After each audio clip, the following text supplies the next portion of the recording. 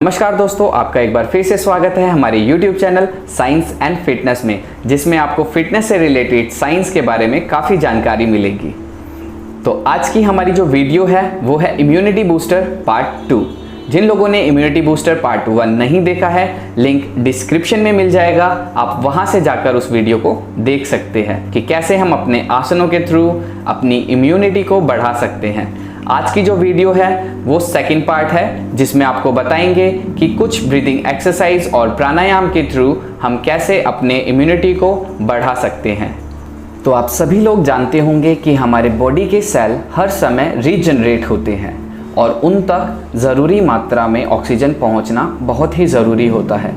तो breathing exercises के through हम अपने हर एक बॉडी पार्ट तक, हर एक सेल तक ऑक्सीजन को पहुंचा सकते हैं। डीप ब्रीदिंग करने से हमारे इम्यून सिस्टम को रोगों से लड़ने की क्षमता मिलती है और हमारे सेल्स को रीजनरेट करने में मदद मिलती है। तो जितना लंबा और गहरा श्वास हम लेंगे, उतने ही बेहतर तरीके से इम्यून सिस्टम हमारी बॉडी में काम करेगा। तो शुरू करते हैं हम अपनी आज की वीडियो। लेकिन उससे पहले जिन लोगों ने अभी तक हमारे चैनल को सब्सक्राइब नहीं किया है, वो जल्द से जल्द सब्सक्राइब कर लें, ताकि हमारी आगे आने वाली वीडियो आपको जल्द से जल्द मिल सके।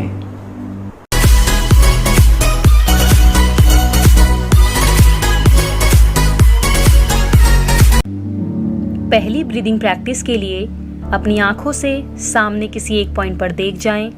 अब लंबी गहरी श्वास भरें और लंबी गहरी श्वास को छोड़ें। बार बार लंबी गहरी श्वास को भरें, श्वास को छोड़ें। इस प्रकार से 5 राउंड कर जाएं।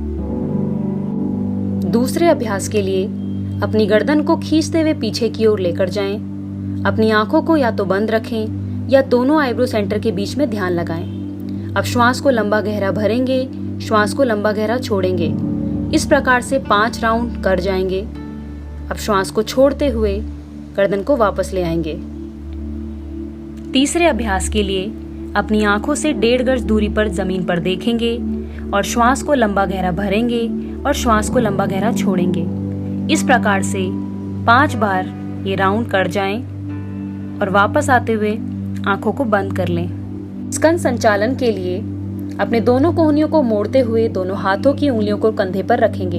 अब दोनों कोहनियों को वक्षस्थल के सामने स्पर्श कराकर श्वास को भरते हुए कोहनियों को क्लॉकवाइज घुमाते हुए श्वास को छोड़ते हुए दोनों कोहनियों को वक्षस्थल के सामने स्पर्श करेंगे। ये हुआ 1 राउंड। ऐसे ही हमें क्लॉकवाइज 5 राउंड करने हैं। कपालभाति अर्थात कपाल की शुद्धि करना। कपालभाति के लिए किसी भी ध्यानात्मक आसन में बैठ जाएं और अपनी आंखों को कोमलता के साथ बंद करें। कमर गर्दन को सीधा रखें। दोनों नासिका से गहरी लंबी श्वास लें और वक्षस्थल को फैलाएं। उदर की निचली मांसपेशियों को दबाव पूर्वक अंदर बाहर करते हुए श्वास छोड़ें और ग्रहण करें। ध्यान रखें कि आपको हर बार श्वास छोड़ने पर ध्यान देना है। कम से कम तेज श्वास छोड़ने की 30 आवृत्तियां पूरी करनी चाहिए।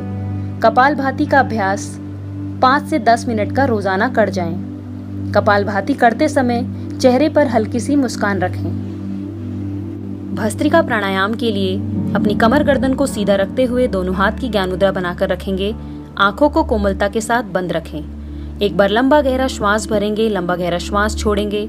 अपने शरीर को बिल्कुल शिथिल रखें। अब आपको तेजी से श्वास लेना है, फेफड़ों में श्वास को भरना है और तेजी से श्वास को छोड़ते हुए फेफड़ों से श्वास को बाहर निकालना है। बार बार इस प्रक्रिया को करते जाएं। तेजी से श्वास को भरेंगे, तेजी से श्वास को छोड़ेंगे। इस प्रक्रिया को 20 से 30 बार कर जाएं। पूरी प्रक्रिया करने के बाद आराम से वापस आएंगे। अनुलोम विलोम प्राणायाम, जिसे नाड़ी शोधन प्राणायाम भी कहते हैं। इस प्राणायाम के लिए सुखासन में बैठकर कोमलता के साथ आंखें बंद करते हुए कमर गर्दन को सीधा रखें। अब अपने दाएं हाथ की इस प्रकार से प्रणव मुद्रा बनाते हुए दाएं हाथ के अंगूठे से दाईं नासिका को बंद करते हुए बाएं से श्वास को भरेंगे। अब बाईं नाक को बंद करते हुए दाईं नासिका से श्वास को छोड़ेंगे। अब दाईं ही नासिका से श्वास को भरेंगे और दाईं नासिका को बंद करते हुए बाएं से श्वास को छोड़ेंगे। ये हुई इस प्राणायाम की 1 आवृत्ति।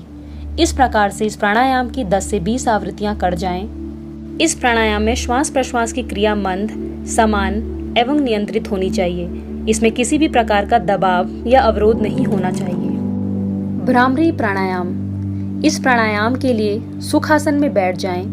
अब दोनों हाथों के अंगूठे से कानों को बंद करें और हाथों की उंगलियों को आंखों के ऊपर रख दें। इसे षणमुखी मुद्रा भी कहते हैं। अब पूर्ण रूप से श्वास को भरेंगे और धीरे धीरे नियंत्रित रूप से श्वास को बाहर छोड़ते हुए भंवरे के गुंजन सी आवाज निकालेंगे।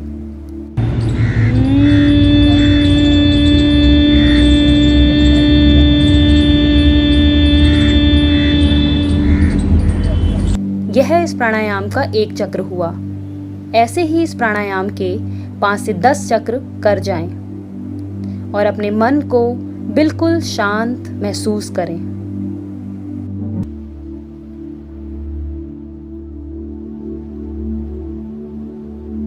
जब हम अपने शरीर की जांच करते हैं कि ये कैसे काम करता है, ये देखना आसान है, पर अगर हम अपने ब्रेन के कार्य की जांच करें तो इसमें ज़्यादा केमिकल रिएक्शन होते हैं और हमारे इम्यून और लिम्फेटिक सिस्टम केमिकल बेस्ड होता है। हमारे ब्रेन से हड्डियों तक हम मूल रूप से केमिकल से बने होते हैं। हम जिस हवा में सांस लेते हैं वो केमिकल में परिवर्तित हो जाती है, जिसे हम अपनी सेल्स को एनर्जी देते हैं। हमारे सांस लेने की आदतें हमारी इम्यूनिटी पर प्रभाव डालती हैं। इन प्राणायाम और ब्रीदिंग एक्सरसाइज से हमारे शरीर पर इस प्रकार प्रभाव पड़ते हैं जो कि हमारे इम्यून सिस्टम को इम्प्रूव करते हैं। ये ब्रीदिंग एक्सरसाइजेज हमारी इम्यूनिटी को बढ़ाती है और उत्तेजित करती है। शरीर के सभी अंगों के कार्यों को बेहतर बनाती है ताकि सभी अंगों के कार्य अच्छे से काम कर सकें और सक्रिय रूप से एक्टिव हो सकें। जैसे कि कपालभाति हमारे डायफ्राम के एरिया को बढ़ाता है जो इंटरनल ऑर्गन्स और ग्लैंड को एक्टिवेट करता है। हमारे ब्रेन की शुद्धि और खून के संचारण को बढ़ाता है। यह लिम्फेटिक सिस्टम को एक्टिवेट करने में मदद करता है जो शरीर के प्रतिरक्षा स्तर को तय करता है और हमारे रेस्पिरेटरी ट्रैक को बढ़ाता है। ये ब्रीदिंग एक्सरसाइजेस प्राणायाम हमारे शरीर की सभी नस नाड़ियों और हार्ट की ब्लॉकेज को खत्म करने में भी सहायक हैं। हमारे सेल्स, टिश्यू, ग्लैंड्स, ऑर्गन्स को भी मजबूत बनाते हैं। स्ट्रेस, टेंशन, डिप्रेशन को रिलीज करते हैं और शरीर में ब्लड सर्कुलेशन का संचार बढ़ाते हैं। ओवरऑल हेल्थ को बूस्ट करने और कई तरीके के हेल्थ इशू जैसे कि asthma, headache, migraine, neurological problems, depression, gastric problem आदि को क्योर करने में हेल्प करते हैं। ये ब्रीदिंग प्रैक्टिसेस हमारे त्रिदोष, वात, पित्त, कफ को भी बैलेंस करने में हेल्पफुल हैं। ब्रीदिंग प्रैक्टिसेस से स्ट्रेस और सेरेब्रल स्ट्रेस को राहत मिलती है। एंगर, एंग्जाइटी, इंसोम्निया को दूर करने में भी सहायक होते हैं। माइंड और नर्वस सिस्टम पर रिलैक्सिंग इफेक्ट डालते हैं। जैसे कि अनुलोम विलोम प्राणायाम हमारे सभी नस नाड़ियों की शुद्धि करता है, हमारे साइनस के प्रतिरोध को बढ़ाता है और हमारे ब्रेन की लेफ्ट और राइट हेमिस्फीयर को बैलेंस करता है।